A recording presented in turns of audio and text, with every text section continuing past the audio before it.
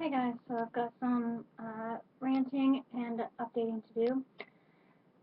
I've been seeing a psychologist for a while now, but it was on a part-time, short-term basis, and it was only a half an hour long. So my doctor and my psychologist talked to each other and decided that I should try and do something more permanent, um, somewhere where I could have longer than a half an hour session, that sort of thing.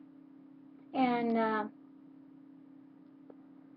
it was told to me that in order to get in to see a more permanent person, I had to go through 2 group therapy sessions to prove that I was committed to getting help. And today I had my first one. And it wasn't a group therapy session. It was a group of people in an introductory to therapy class. And I was one of maybe 4 people who spoke just English. So half the class would be spoken in English, and then it would be spoken in Spanish. And I kept getting this feeling like whatever they were saying in Spanish, they were telling people more stuff than what I was hearing in English. Um, and people would ask questions in Spanish, and they would be answered in Spanish, and that would never be translated to English. So that I found that rather off-putting for me. Now I was told that the introductory process was rather painful and unenjoyable, but that I needed to stick it out. And that couldn't have been a bigger understatement.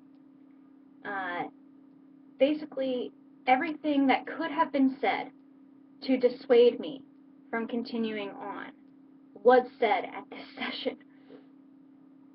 I wrote down on my pamphlet, dissuading, off-putting, disappointing.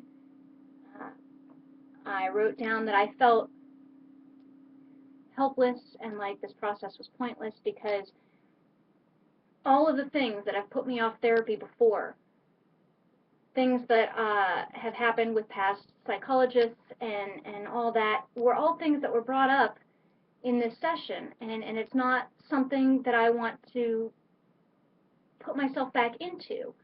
It was all the negative things, believing that exercise will cure most forms of depression. And then on top of that, the sessions that I'm taking these introductory things to get to are still 30 minutes to 45 minutes long. That's the whole point in going through this process, was to get to a longer session.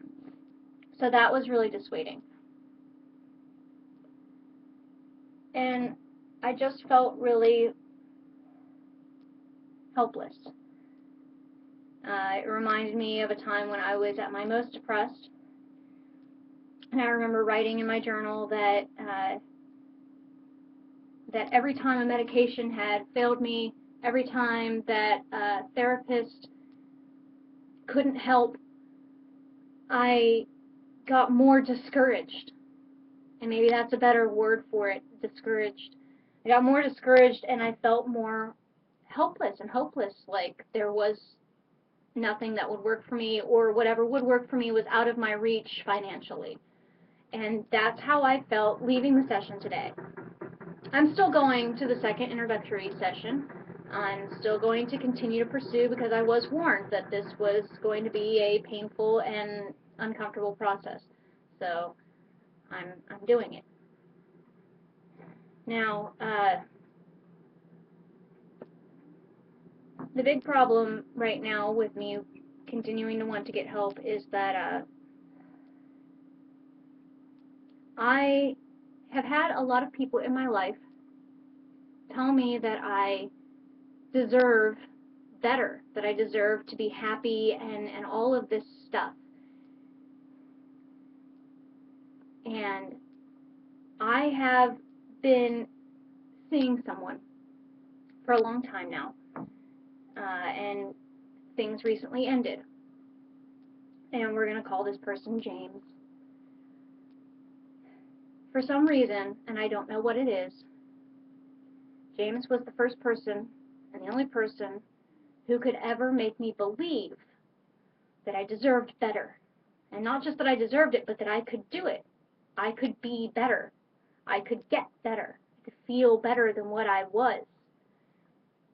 And part of starting therapy, you know, obviously was because I wanted help and I needed help, but a big part of it was because James made me believe that it would help.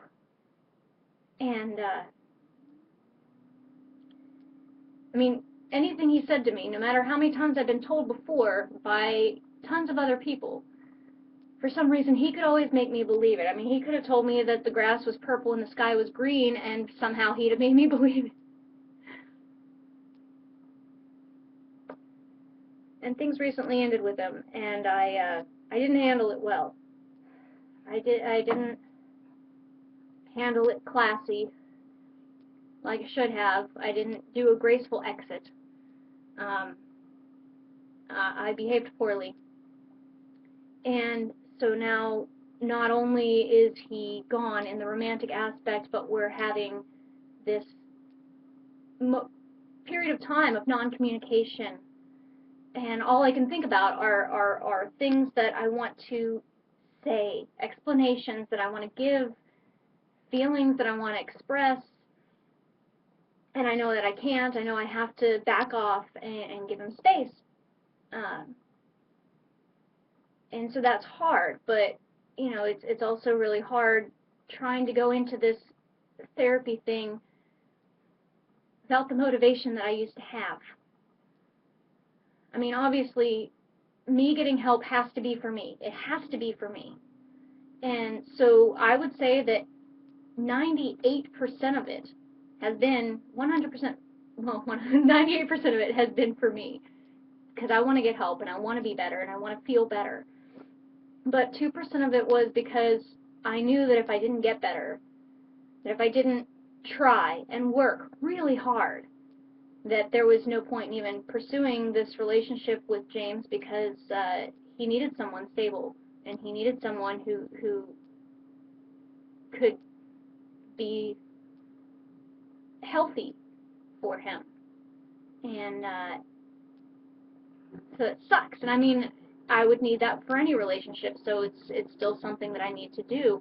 But I just feel so unmotivated now. I feel so discouraged now because the group thing is so obnoxious, and then also he's not there pushing me and making me believe that I can be better and that I can do better. And I want to do better. And I want to believe that I can. So that's, you know, hard, and it sucks.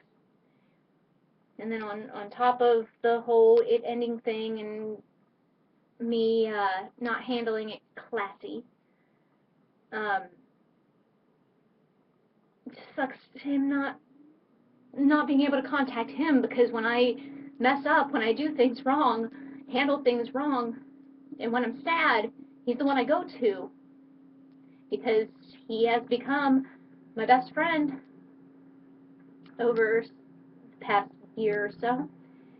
And so I'm used to going to him, and it just gets me back to the movie The Way We Were, when Barbra Streisand calls, Barbra Streisand's character Katie calls Hubble and says, you know, I really need my best friend right now.